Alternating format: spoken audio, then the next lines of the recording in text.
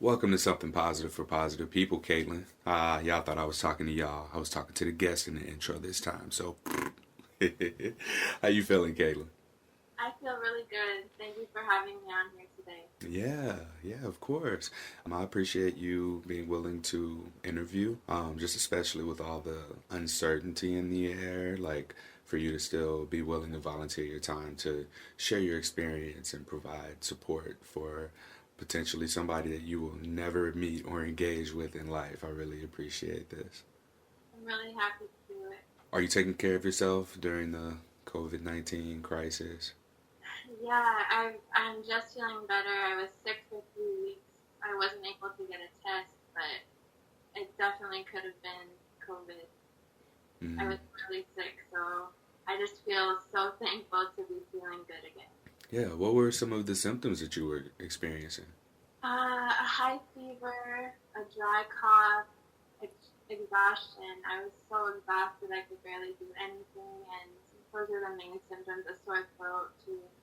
Oh, and this went on for a few weeks? Yeah, like over 3 weeks. Did anyone around you have any symptoms at all? My son ended up getting sick, but he must have a really strong immune system because in 3 days he had fought it off. He had a higher fever than I did, but he was better in 3 days, so I was happy about that. Oh, okay. How old's your son? He's 4. Oh, okay. Yeah, Yeah, kids are like superheroes when it comes to this stuff. They bounce back so quickly.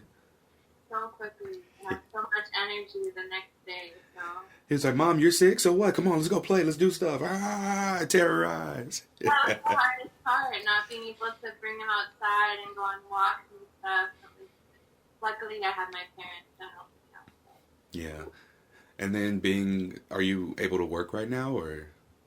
Um, well, I was nannying. I can't nanny right now Mm-hmm. with everything that's going on, but I just got certified to be a health coach, so I'm working on starting up that business right now. Okay. Well, congratulations to you. Thank you. Yeah, I see a lot of memes, specifically online, of parents empathizing with teachers and people who normally have their kids all day, and it's just funny to see that kind of thing. Are you experiencing like any overwhelm? But your son's 4, so Yeah, daycare maybe preschool. I stayed home with him the whole time since he was little, and this is his first year of preschool, but it's only like 3 hours a day, 3 days a week. So for me, it's not really much of a change. Mm-hmm. But it was nice, like having those 3 hours to myself, 3 days a week to do work. So now I just can only really do work when he goes to bed or if I wake up early before he wakes up. Mm-hmm. Okay. All right. Well, if you are ready, we can go ahead and transition into your experience. So, just let us know what you were diagnosed with, when, what happened that led to you realizing that you were positive for herpes, and then we'll just get into it conversationally from there. So, I didn't ask you for any of your story or experience because it just makes it so much more real whenever I'm hearing it for the first time, like everybody else. So you might see me make some faces. You can just ignore my facial expressions. Okay. Okay, well, it was 2012. I was living on St. Thomas in the Virgin Islands, and I got into a relationship that summer.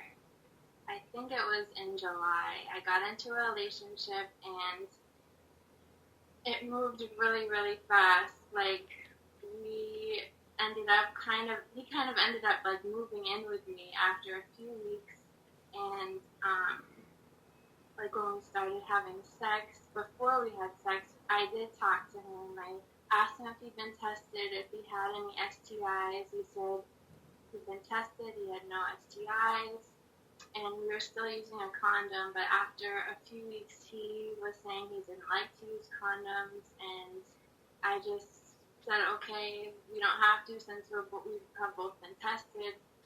And like a week or two later, we were having sex, and he stopped and he said that he had a scratch or something on his penis that hurt. And we had to stop. It was hurting him. And I remember at the time thinking, that's a really weird place to have a scratch, but that's like all I thought about it. I didn't give it a second thought because I didn't really know any symptoms of herpes or any other STIs. And then a few weeks after that, I started getting flu-like symptoms. That wasn't so bad. I mean, it was bad to feel sick, but then a little bit after that, I had an outbreak, my first outbreak, and it was at that time the most painful thing I had ever been through. Now, childbirth was more painful than that, but at that time, it was so painful. The only thing that would make it feel better is like to put an ice pack on it. I couldn't sleep at night. I was just crying, like, because I was looking up. I was like investigating what it could be, and as soon as I started reading about herpes, I was sure that that was it. I was talking to this guy that I was with, and he was saying, "There's no way it's that. I don't have that."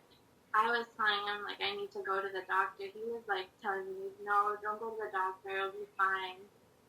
And I ended up going to the doctor, and as soon as the doctor saw, she said, that looks just like herpes. I'm going to give it a test, but I'm pretty sure that that's herpes. So she tested it, came back positive for HSV2, and I was devastated. I was so upset. I could just remember crying about it, and I came to him with this piece of paper saying that I had herpes, and then he was crying and saying he was so sorry, he didn't know that he had it,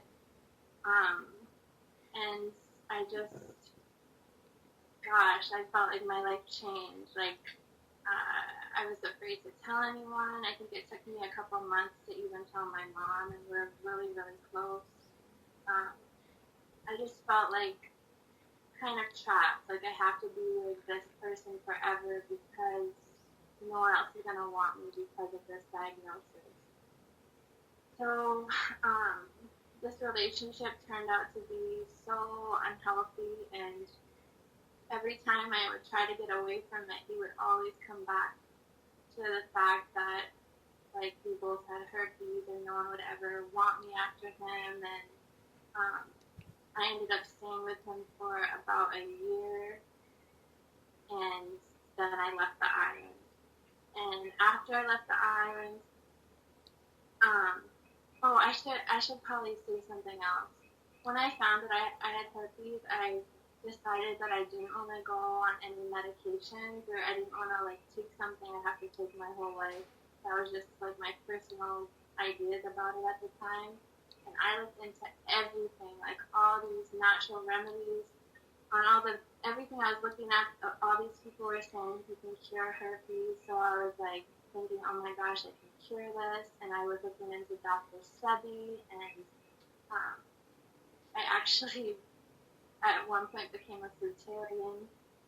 I was trying everything to get rid of it. I noticed that coffee and alcohol would cause outbreaks, so I cut those completely out of my life.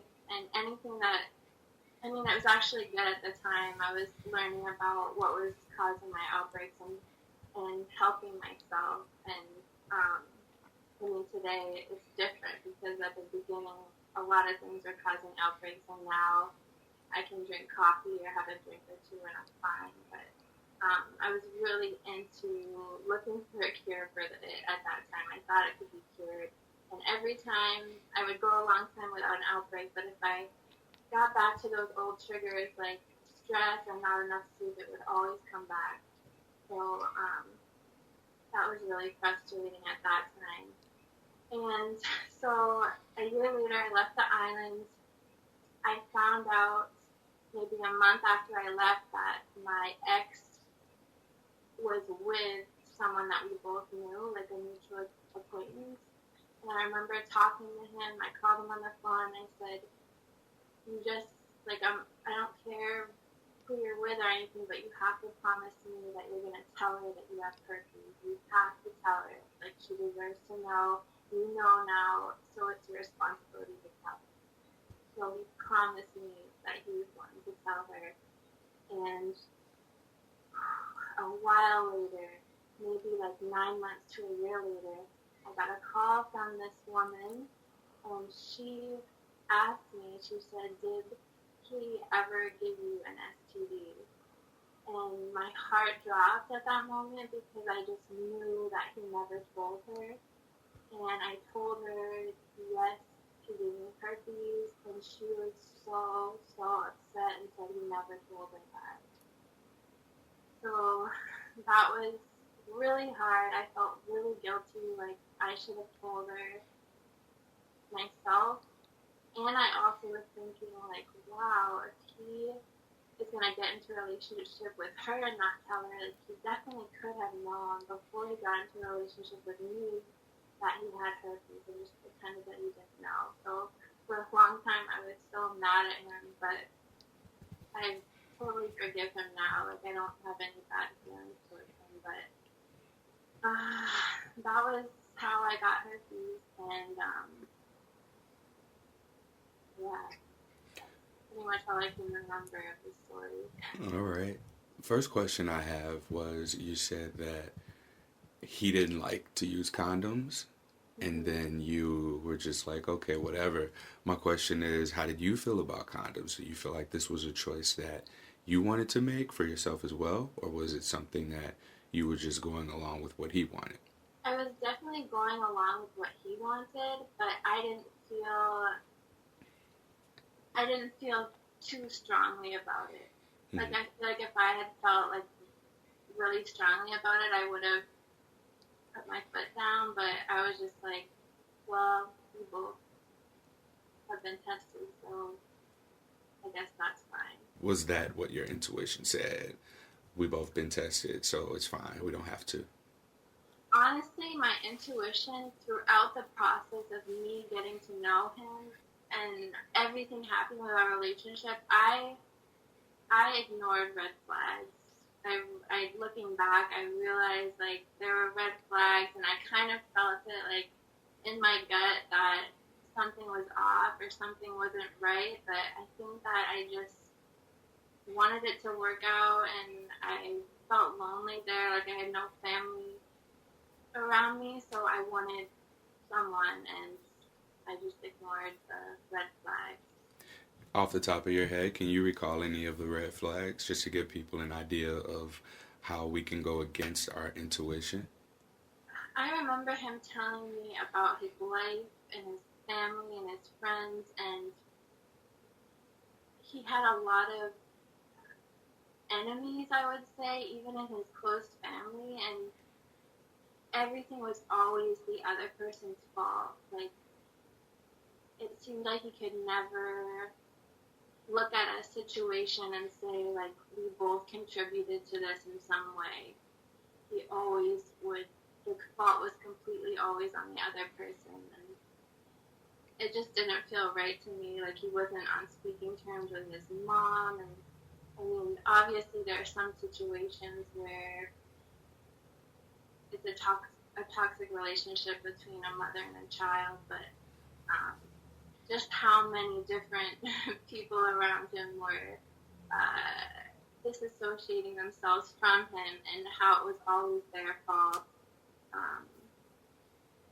And just, I don't know, just when it came to that scratch thing, like that felt off to me. Mm-hmm. That if there was a scratch there, that felt weird. Like, I don't think that's a scratch, but Yeah. Okay. And only as just for other people to be able to see just how powerful our intuition is. If you had things that were telling you, you had feelings, don't ignore the gut feelings that you're having. There may be something there to investigate.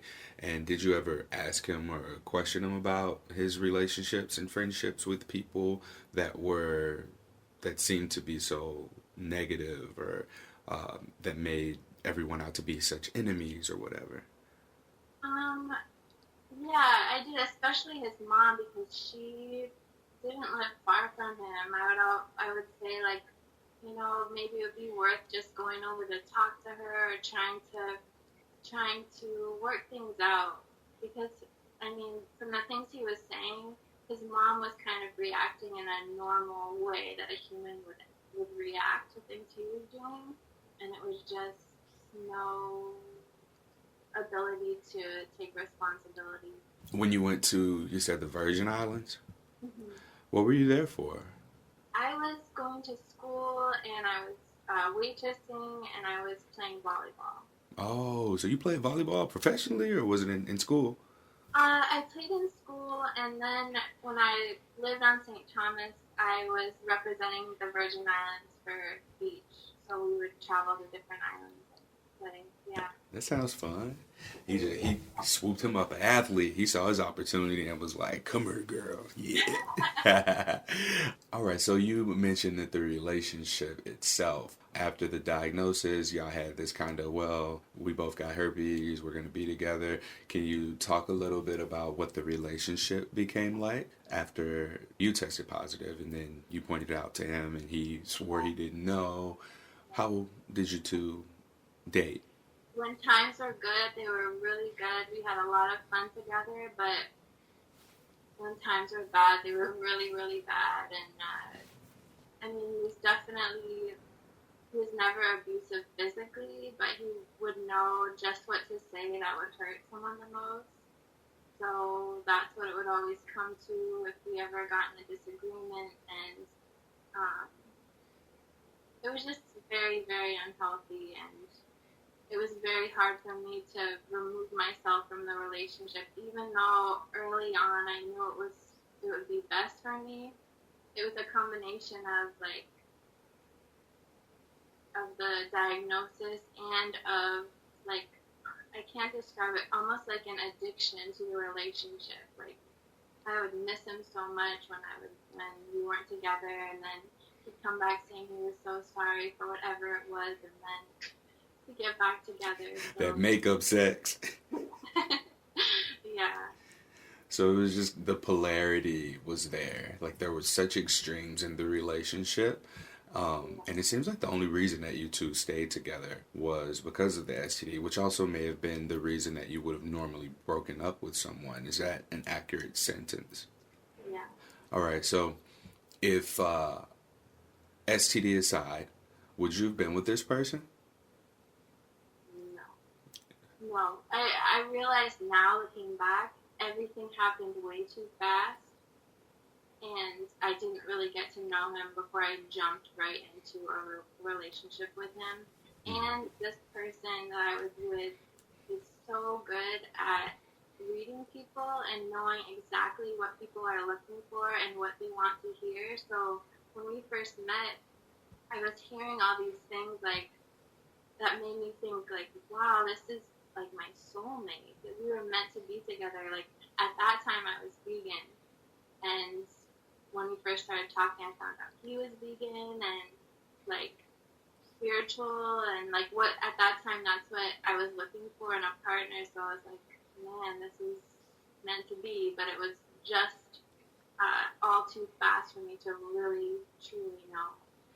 Oh, that's an interesting sentence that things moved just so quickly from even just a few weeks of living together, the relationship, to not wearing condoms. Oh, another red flag was so fast. Within a week of being together, he told me that he loved me. And I remember thinking, that's impossible. There's no way. He doesn't know me. How could he love me? So that was a red flag that I just chose to ignore at the time. Well, you said that you were there and you were alone. You didn't have family there. So maybe you were more receptive to something like this. The attention, it felt good to be cared for, to have connection and to be seen. It sounds like that the ability for you to become attracted may have been more amplified by such a lack for so long. How long were you there and away from family, away from people that you knew before you met this person? I think it was almost a year.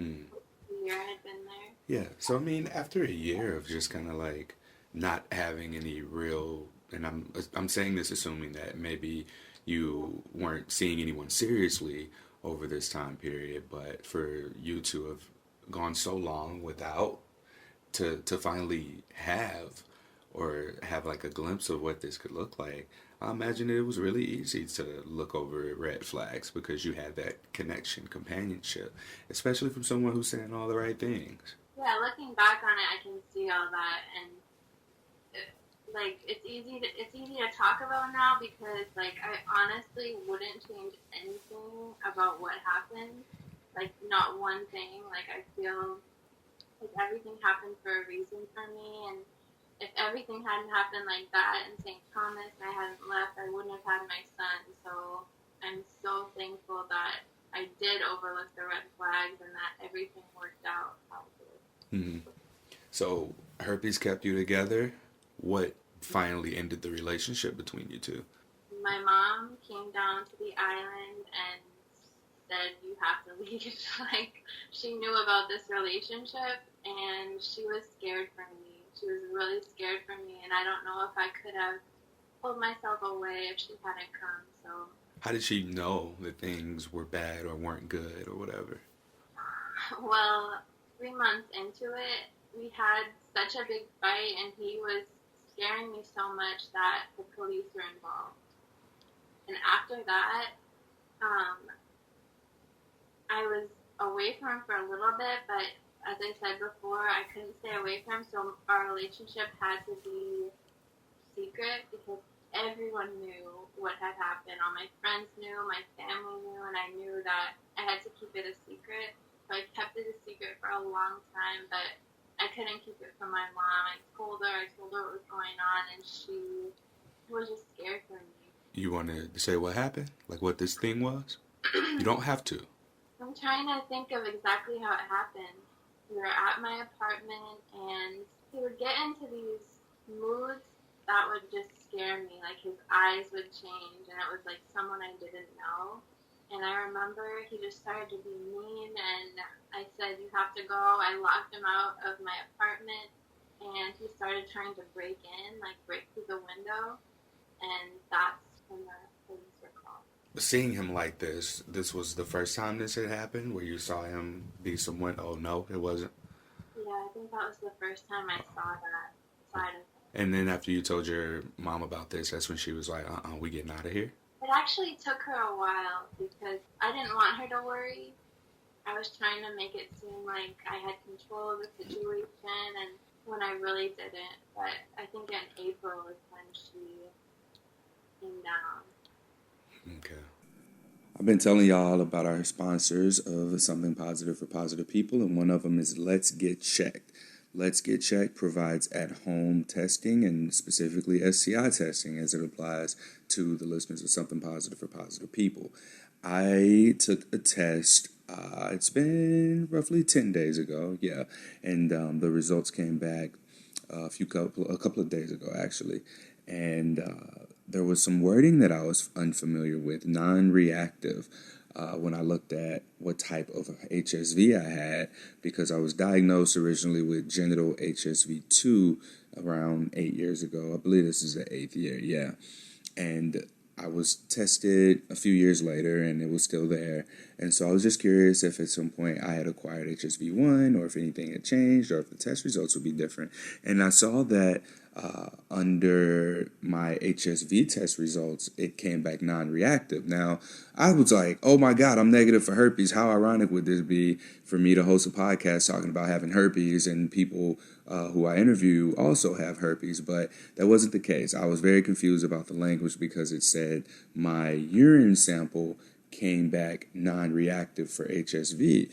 So I thought that was a typo. I thought that was like a mistake, but I was able to connect with them. I contacted the customer support center.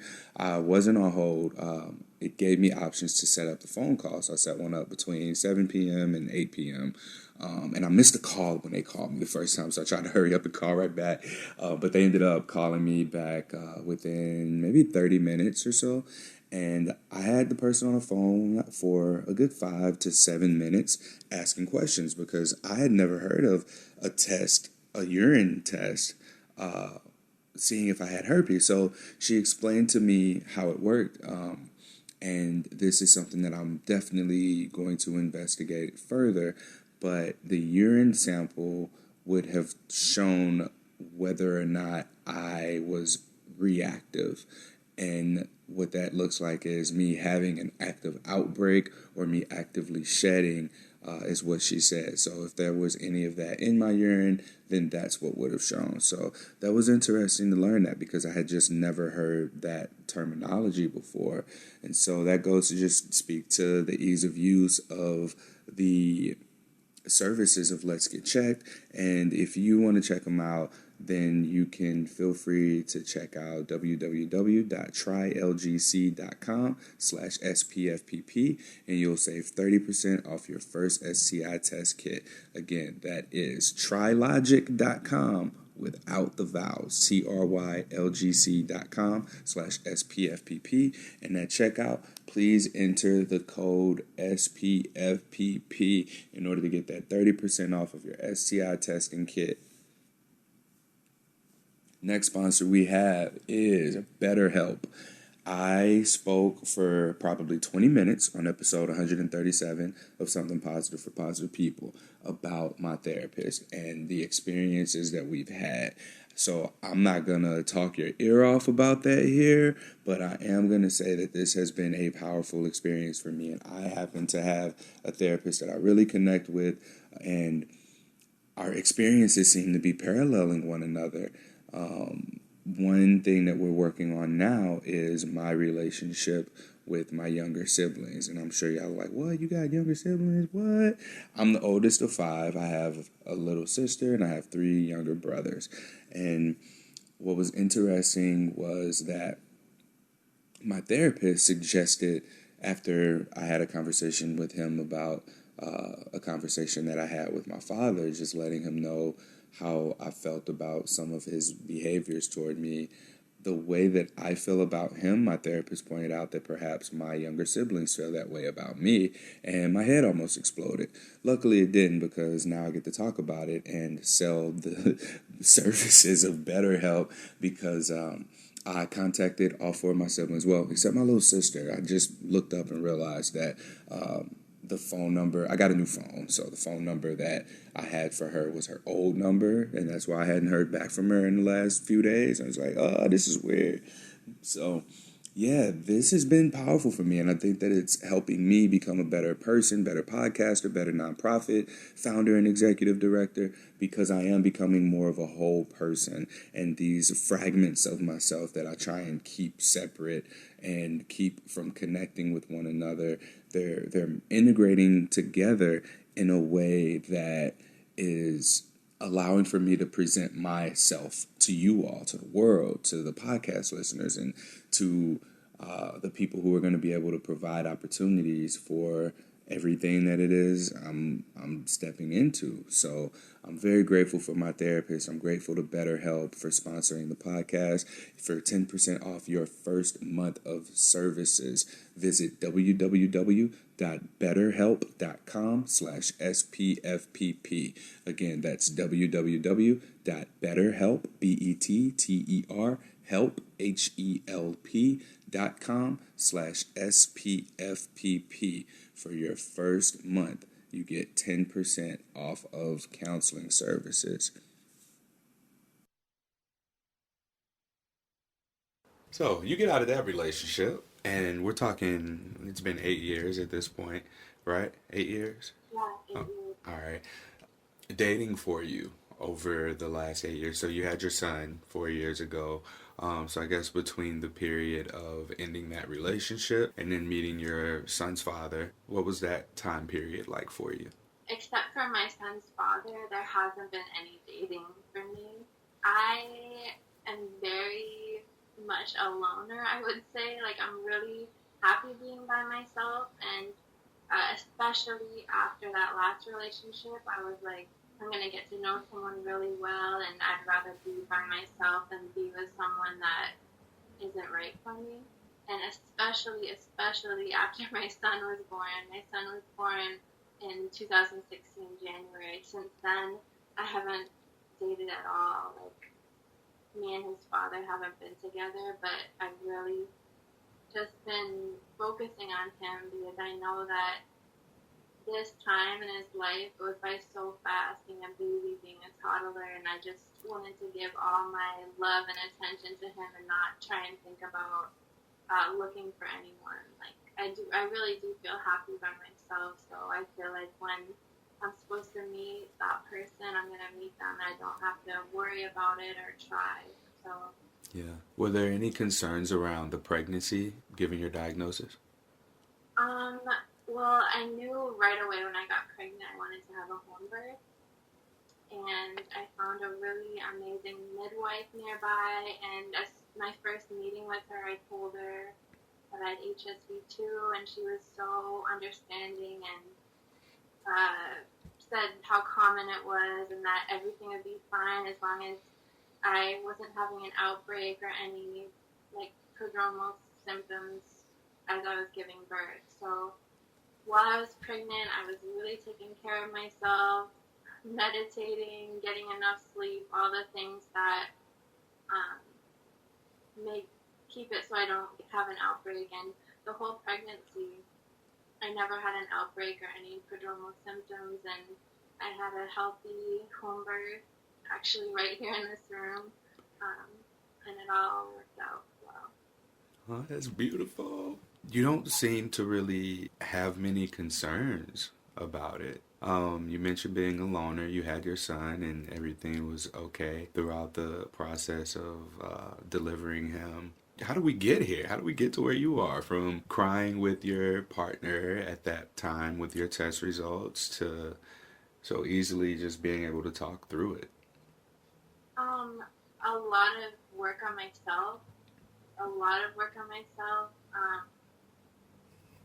It's really taken all of these 8 years, like step by step, to get to this place. Because I remember a couple of years ago, I wanted to start sharing about this, and I like talked to my mom. Like, Mom, I think I want to like start talking about this on my YouTube channel, and she's like, no, like right away. She's like, you can't talk about this, like, because she is a mom. She wants to protect me from judgments and stuff, and she's like, well, she's the one who brought up about my son. What if Elijah's in school someday and his friends see your videos and people make fun of him? So as soon as she said that a couple years ago, I'm like, you're right, I can't talk about it. Mm-hmm. But recently, like a month or two ago, I thought about it, and at that point, I felt so sure and so strong about it that I just didn't feel the need to talk to anyone about it. Like, I didn't bring it up to my mom until after I put the video up, and I knew she'd be upset, but I finally got to the place where it doesn't matter what anyone thinks or says about it. I feel so okay with it that no one else's opinion can make me not okay with it. Mm-hmm. While we're on the subject, there's been a lot of various topics and content up in the air on social media about public disclosure. We're at a time now where I'm seeing more public herpes disclosures on Facebook posts, on YouTubes, on people's various platforms that they have. And it's really encouraging. It's really giving me hope that by the time your son is in high school, with the way that upcoming generations are handling STI conversations and sexual health, that this won't be a thing that he has to worry about being made fun of. What I love about what you just said was it was the truth. Like, you spoke to your family, you spoke to your mom about it, and she gave you some real feedback that encouraged you to not necessarily talk about it on the public space, right? We don't get to see any of this behind the scenes stuff when public disclosure is the topic of discussion, right? So many people have been called brave for disclosing their status, but I think that a common trait that it is, or characteristic, is more so privilege. I wouldn't say privilege is a characteristic, but the circumstances that a person are in leaves for them to be able to disclose. So I'm someone who doesn't have children. I happen to work with a friend, so my career and family is not really a big concern for me. So I want to ask you, what were some of the other things that you may have been considering that made you against public disclosure? Like, I want to give people space here to see that it's okay for you not to publicly disclose despite the pressure that may be in the atmosphere on social media. Yeah. Kind of tying in with that, before I give that answer, I want to just say my first experience of myself hearing about herpes, I was probably 6 years old, and I remember I was at my grandmother's house. Wait, did you say 16? Six. 6, okay. Yes. I was at my grandmother's house, and I remember my grandmother and my dad talking like kind of whispers, but like when you're a kid, growing up, don't think that you know what they're talking about, but you know what they're talking about. So I was listening in on this, and I found out that a family member that I loved very much had gotten herpes from her boyfriend. And my grandmother was crying, and I was like inside feeling like, oh my God, what is this? Is she gonna die from this? Like, this is so bad. Like, whatever this is so bad, because she's crying about this, and I don't think I had ever seen her cry before. So when we left, I was trying to talk to my dad about it, and he just said, like, it's something you get and you have for your whole life, and it's really bad. So all of my ideas and thoughts about herpes kind of came from that. Like, and I remember even thinking about disclosing it, like thinking about my grandmother's reaction to finding out that someone she loved had herpes. I was thinking, like, my family will react like that and be so sad and crying, and like people that I know will think differently of me. It was more of me thinking about what other people would think than thinking about what I wanted to do. So Thank you for saying that, because ultimately the decision is and was yours. So you decided for yourself that it was best not to. Can you say what like led to you making that final choice? not fully accepting that part of myself yet. That was the only thing holding me back. Because now that I do fully accept that part of myself, I see that was the only thing that was missing. I still had that shame about it, and even though it wasn't as big as before, I still felt kind of ashamed of it and kind of afraid of what people would think. And I think that's the only thing that was preventing me from sharing about it. And you haven't shared publicly, right? I did. I have had a YouTube channel for like 6 years, and I made a second YouTube channel to talk about this. Okay, because this whole time I was like, did she do it or did she not do it? I can't tell. But ultimately, the decision was yours, and then you made the decision to do so. We talked before recording the podcast more so about this, and that your intention was really to help other people, right? Yeah, especially thinking, just remembering how I felt when I first found out.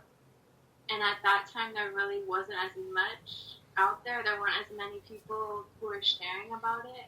And I know that if there had been one person, like on YouTube or something, that I had just connected with and said, like, it's okay, like, this person has it too, they're okay, they're thriving, they have learned to live with it in a healthy and good way, I would have felt so much better. So that was really the main reason. And also, like, envisioning who I want to be in my life. Like, it's someone who would share something like that. Like when you hear about the celebrities and things, like giving people herpes and all the lawsuits and stuff about that, it just gives me such a bad feeling, like trying to hide that. If I saw like a celebrity out there saying like, this is what I have, like sharing that, like that's such a amazing and like respectable thing to do, and that's like the kind of person I want to be. So Yeah. So your disclosure publicly, it aligns with who you are. It aligns with the kind of person that you want to be. And so you've been able to do that. Have you received any sort of backlash, criticism, or support? I've definitely gotten support, and I mean, the best thing that I've gotten is just messages from people saying, like, your video helped me. I'm going through this too. Like, that's the best thing that I could receive from it. There are some, mostly things, like when I shared my story, people being like, wow, you were so stupid. Like, because I shared all the details, like, I can't believe you, like, I don't know. Just like, Are these friends or are these just internet people? just internet people. Oh, so they're saying that, you're stupid for telling the world that you have herpes? No, for like not listening to the red flag. Oh! So this is about the relationship. Okay. So they're I just, disagree with them, but there's nothing I can do now to change yeah. that. You learned, and then you're giving the world the lessons that you learned from because so many of our experiences are so similar, yet each one is different. And here we are, I think there's about 150 recordings altogether of something positive for positive people. And the majority of the stories that we hear from people who are living with herpes are more so about them and how they view themselves and how herpes sort of brings that to the surface, and then they go through their healing processes. So that's really what this is about. So it's the people who I'm glad they're commenting more on your relationship than they are the herpes. That makes me very happy because now we're getting into the more important elements of everything, like the core of who we are, and not just like on a surface level, a situation or a thing about us. Yeah, definitely. Anything else you want to leave us with? Um, just to say, I really admire you and I appreciate what you're doing, and I think you're doing a really amazing thing by sharing people's stories and sharing your story and helping people accept this diagnosis. Thank you. I appreciate that. All right, that concludes this episode of Something Positive for Positive People. Please like, rate, review, share, subscribe to, donate to this podcast and nonprofit. You see how I just threw donate to up in there? You can visit www.spfpp.org, or if you want the long handle, somethingpositiveforpositivepeople.org. But I just abbreviated it to make it easier to find and type in without any typos. So lots of great conversations here. Please thank the guests in the comment section or even in the reviews that you type up. It's really helping us right now, especially during the COVID times, right? Because more people are at home, more people are listening to podcasts, and a lot of people are still reaching out and new to finding this content, and we can make it a little bit easier for them to find because with those reviews, all of the podcast hosting websites promote the podcasts that get the most engagement. So if you all can help me with that, we can help someone else as well, just by being a little bit easier to discover. So thank you all for all of everything, all of your support to this point. You're really helping me get through all of the challenges of the uncertainty here by giving me this accountability to continue to remain consistent. Consistency is the language of the universe, and kindness is a universal currency. All right, Caitlin, close us out with a till next time. Stay sex positive. Till next time, stay sex positive. Whoop, whoop. Look at you. You're a podcast host now.